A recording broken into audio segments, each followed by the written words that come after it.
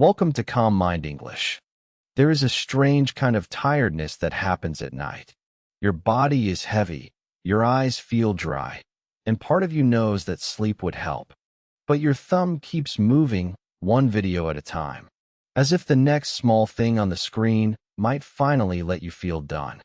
This is not always about being careless. Sometimes, the quietest habits are carrying something the day never gave you time to notice. Night scrolling can look like a simple phone problem, but often, it begins with a mind that has been holding itself together for too many hours. Picture someone lying in bed with the lights off. The room is still, but the phone is bright. Their face is tired, but their attention is awake in a strange way. They are not really enjoying the videos anymore. They are just staying close to movement, sound, and light. The body is asking for sleep, but the mind is asking for a few more minutes away from itself. During the day, most people do not get a clean ending. Work stops, but the pressure does not stop. Messages are answered, but the feeling of being behind stays in the background. Family needs, small problems, unfinished tasks, money thoughts, plans for tomorrow, and quiet disappointment all collect inside the mind. Then night comes. The room becomes quiet. The outside world slows down. There are fewer duties pulling at you. For the first time all day, there is space. But space can feel uncomfortable when the mind is full. Silence does not always feel peaceful. Sometimes silence feels like everything you avoided is finally sitting beside you. So the phone becomes easy. It gives you a soft escape that does not require effort. You do not have to explain anything. You do not have to fix anything. You do not have to feel anything too clearly. You only have to keep watching. At first, it feels like rest. Your body is lying down. Your hands are still.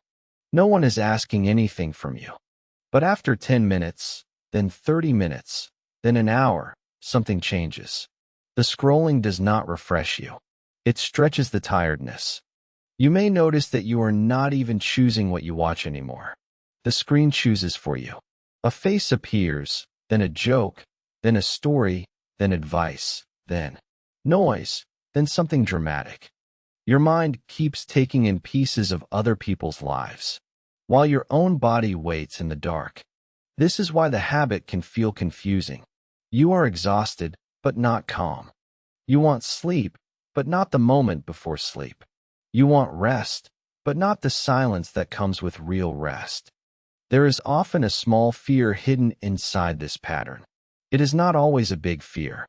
It may simply be the fear of ending the day with nothing left to distract you. It may be the fear that tomorrow will come too quickly. It may be the fear that if you put the phone down, you will have to meet the feelings you postponed. So you keep scrolling. Not because the screen is giving you joy, but because it is giving you delay. It delays tomorrow. It delays reflection. It delays the moment when you have to admit how tired, lonely, stressed, or unsatisfied you actually feel. This is why telling yourself to have more discipline does not always work. Discipline can help with many things, but shame often makes this habit stronger. When you call yourself weak, the mind looks for comfort. And the fastest comfort is usually the same phone you are trying to put down. A kinder way to look at the habit is to ask what the scrolling is protecting you from at night. Maybe it is protecting you from the pressure of unfinished work. Maybe it is protecting you from the sadness of a day that felt empty. Maybe it is protecting you from the feeling that you gave your energy to everyone else and saved nothing for yourself. Once you see that, the habit becomes less mysterious. It is still not helpful, but it makes sense. The mind is trying to create a small private world before sleep. It is trying to claim a little freedom after a day that felt controlled by duties. This is why many people scroll more on the days when they are most tired. When life feels full of demands, the night becomes the only place where no one can interrupt you. The phone becomes a tiny door you can keep opening, even when your body is begging you to close it. But the cost is quiet. The next morning, you wake up with less energy. The day feels heavier before it even begins. Then the same tiredness builds again, and by night, the mind reaches for the same escape. The pattern repeats, not because you want to hurt yourself, but because your nervous system has learned where the quickest relief lives. The first step is not to force yourself into a perfect night routine. The first step is to notice the exact moment when scrolling changes from enjoyment into escape. There is usually a point where the body already knows. The videos are no longer interesting. Your eyes blink slower. Your neck feels stiff. The phone feels heavy in your hand, but you still do not put it down. That moment matters. It is the moment when your tired body and your restless mind are moving in different directions. If you can notice it without attacking yourself, you create a small pause. And sometimes, one small pause is enough to begin changing the night. You do not have to solve your whole life at midnight. You do not have to become a completely different person before sleep. You only have to understand that the scrolling is not the real rest your body is asking for. Real rest is quieter. It may feel uncomfortable at first, because it removes the noise that has been protecting you. But beneath that discomfort, the body is waiting for permission to stop. Tonight, the goal is not perfection. The goal is to see the habit clearly. A tired mind often reaches for light because darkness feels too honest. But the same darkness that feels uncomfortable can also become a place where the body finally softens. The phone can keep offering one more thing, one more video, one more story, one more reason to stay awake. But your body is offering something deeper. It is asking to be allowed to end the day. There is a reason night scrolling often begins after a day that looked normal from the outside. Nothing dramatic had to happen. You may have worked, answered messages, taken care of people, driven home, eaten something, cleaned a little, and moved through the hours like everyone else. But inside, small feelings kept getting pushed to the side. A small frustration was pushed aside because there was no time. A worry was pushed aside because there was nothing you could do about it yet. A lonely feeling was pushed aside because it seemed too small to explain. This is how the mind stores emotional noise. It does not always shout during the day. It waits. It waits until the house becomes quiet, until the lights are off, until the body is finally still. Then the things you did not have time to feel begin to rise. This is why the phone feels so powerful at night. It is not only entertaining you. It is interrupting your inner life before it becomes too clear. When the screen is moving, your mind does not have to finish its own sentences. A thought begins, then a video cuts it off. A feeling appears, then another image covers it. A memory starts to form, then a new sound pulls your attention away. For a little while, this feels like relief. But relief and rest are not the same thing. Relief can mean you escape the feeling. Rest means your system slowly settles. Scrolling gives fast relief, but it often blocks deep rest, because the mind never gets to complete what it started to process. Think about a person who comes home after a long day and says, "I just need a few minutes." They are not lying. They really do need something. They need space. They need a sense of choice. They need a moment where no one needs them. So they open their phone.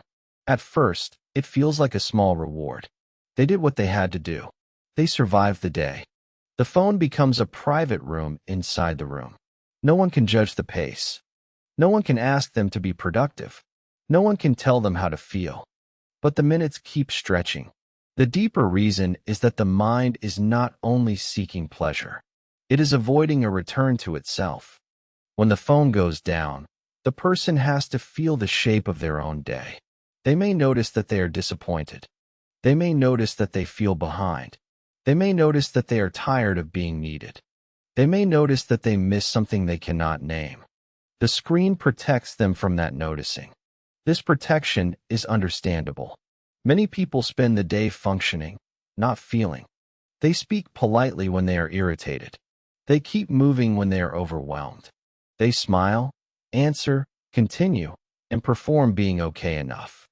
By night, the mind is carrying all of those unfinished signals. If there is no gentle way to release them, the mind reaches for a loud way to cover them. The phone is perfect for this. It is always available. It has no emotional demand. It never asks, "What is really bothering you?" It simply gives you something else to look at. This is why the habit can continue even when you know it is hurting your sleep. Knowledge alone does not remove the emotional function of the habit. You already know sleeping earlier would help. You already know you will feel worse tomorrow. But the part of you that keeps scrolling is not asking for information. It is asking for comfort. The problem is that the comfort is too thin. It keeps you from feeling the discomfort, but it does not help the discomfort move through you. It covers the feeling without caring for it. So the feeling remains underneath, waiting for another quiet moment. This is why some people feel strangely anxious when they try to put the phone down. The anxiety is not always about missing something online. It is often about losing the shield. The mind has become used to being distracted from itself. A simple example is the person who feels fine all evening, while the television is on, while people are talking, while the kitchen is busy, while messages are coming in. But the moment they lie down in silence, their chest feels tight. Their thoughts become louder. They suddenly remember everything. They remember the message they forgot to answer. They remember the way someone spoke to them. They remember the decision they have been avoiding. They remember that another day is gone. So they pick up the phone again, not because the phone is so meaningful, but because silence became too crowded. This does not mean silence is bad. It means the mind has been given silence too late, after too much has already built up. If the only quiet moment of the day happens at midnight, it can feel less like peace and more like pressure. One way to change night scrolling is to stop making the bed the first place where your feelings are allowed to appear. Give the mind a smaller place earlier in the evening. It does not need to be dramatic. It can be 2 minutes sitting at the edge of the bed before you touch your phone. It can be writing one sentence on paper. It can be standing in the kitchen and naming the day honestly. Today felt heavy. I felt behind. I needed more space. I am tired from holding too much. Simple words can reduce the need for endless distraction. They tell the mind, "I see what you are carrying." When the mind feels seen, it does not have to fight so hard for relief. This is not about becoming perfectly reflective every night. It is about creating one small emotional landing place before the screen takes over. Because the real problem is often not the phone itself. The phone is the tool the mind uses when it has no other place to put the day. If you only remove the phone, the feelings may rush in too quickly. That is why harsh rules often fail. The mind does not want to be trapped alone with pressure. It needs a gentler replacement. Something quiet enough to calm the body but honest enough to let the day end. You might begin with one question before scrolling. What am I trying not to feel right now? The answer does not have to be deep. It may be simple. I do not want to think about tomorrow. I do not want to feel lonely. I do not want the day to be over because I had no real time for myself. When you name it, the phone loses a little of its hidden power. The habit becomes visible, and what becomes visible can slowly become changeable. Night scrolling is often the mind asking for comfort in the only language it has practiced, but you can teach it another language. A quieter one, a slower one that does not punish you for being tired, but also does not leave you trapped in the same loop. The point is not to fight your mind at night. The point is to understand what it is protecting. Under the scrolling, there is often a person who needed more care during the day. Under the delay, there is often a wish for one small moment that belongs only to them. Under the glowing screen, there is often a tired nervous system trying not to feel alone in the dark. When that becomes clear, the solution becomes softer. You do not have to rip the phone away from yourself with anger.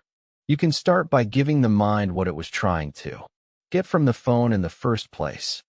a little space, a little honesty, a quiet signal that the day is allowed to end. By the time the phone is in your hand at night, the habit has usually started much earlier. It starts when the bed becomes more than a bed. It becomes a place to answer messages, watch videos, think about work, check the news, compare your life, escape your feelings, and search for one more small piece of comfort. Slowly, your brain learns that this soft place is not only for sleep. It is also where the day continues. That is why it can feel strange to simply lie down and close your eyes. The body may be ready for sleep, but the room has been trained for stimulation. The pillow is there, the blanket is there, the lights are off, but the mind still expects movement. A finger moves before a clear decision is made. The phone opens. The screen lights up. The first video is not always interesting, but it gives the brain a small change. Then another. Then another. This is not only about willpower. It is also about design. The phone gives fast rewards at the exact moment. When your tired brain has the least energy to choose carefully, a short video asks almost nothing from you. A message, a clip, a small notification, a new image, a new sound. Each one gives the brain a tiny signal that something is happening. During the day, your mind may have had to make many decisions. What to do first, what to answer, what to ignore, what to finish, what to worry about, what to hold inside. By night, the part of you that makes careful choices is tired. So the easiest choice becomes the strongest choice. The phone is easy. Sleep is simple, but it is not always easy. Sleep asks you to let go. The phone asks you to keep going without effort. This is why night scrolling can feel so sticky. It does not require real energy, but it keeps the brain awake enough to avoid the stillness. The body is lying down, but the nervous system is still receiving signals.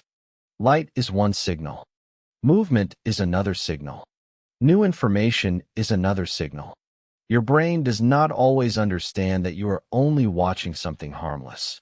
It only knows that the world is still coming in. Faces are still appearing. Voices are still changing. Stories are still opening. The day is not finished because the stream has not stopped, and the bedroom begins to lose its meaning. A bed should tell the body, this is where we release the day. But when the bed is also where you scroll, worry, compare, and search, the message becomes mixed. The body lies down, but the mind does not know whether this is rest time or another round of stimulation. This is why small physical changes can matter more than big promises. Many people try to fix night scrolling with a strong sentence. Tonight, I will not use my phone. Tomorrow, I will be better. I will stop this habit completely. But at midnight, when the room is dark and the mind is tired, a strong promise from the afternoon often feels far away. A physical change stays there when your motivation disappears. The charger can move across the room. The phone can stay on a desk instead of beside the pillow. A real alarm clock can replace the excuse that the phone must be near the bed. The bedroom light can be softer. The last 10 minutes can become boring on purpose. Boring is not a failure at night. Boring is often the doorway to sleep. The mind may resist this at first. It may reach for the old pattern. It may say, just a few minutes. Just one more video. Just check one thing. That does not mean you failed. It means the brain is asking for the familiar road. You do not need to shame the brain for wanting the road it knows. You only need to make a quieter road easier to find. Think of the person who always sleeps with the phone beside the pillow. Every night, the same thing happens. They say they are tired. They turn off the light. Then one small thought appears. Maybe they should check the message. Maybe they should watch something light. Maybe they deserve a little comfort. 1 hour later, their eyes feel dry. Their head feels heavy. The videos are not even enjoyable anymore, but stopping feels uncomfortable. The phone has become both the comfort and the thing stealing comfort. Now imagine the same person making one small change. Not a dramatic change. Not a perfect routine. Just one physical line. The phone charges on the table across the room. At first, it feels inconvenient. That is the point. The habit has to cross space before it can begin. The body has to get up. The hand cannot reach without thinking. In that small distance, a little choice returns. Maybe they still get up and take the phone some nights. That can happen. But other nights, the tired body stays under the blanket. The old loop becomes slightly less automatic. Sleep has a small chance to arrive before the screen does. This is how many habits change.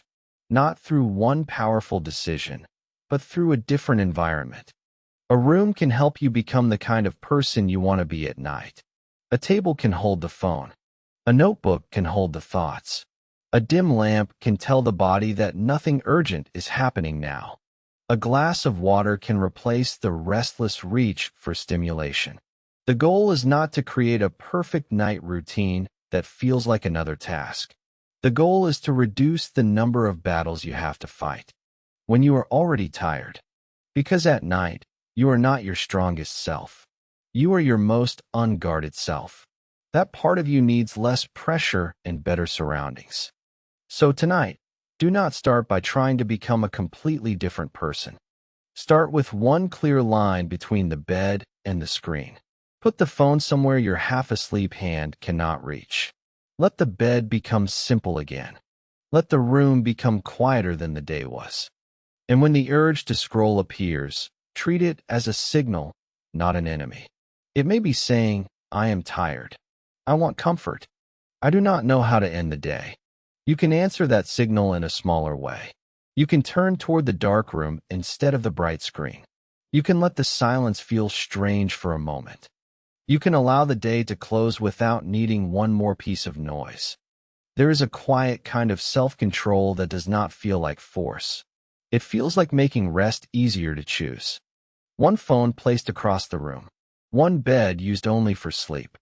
One night where you stop feeding the mind more information and give the body a chance to be heard. The screen can wait until morning. Your tired body has been waiting for you all day.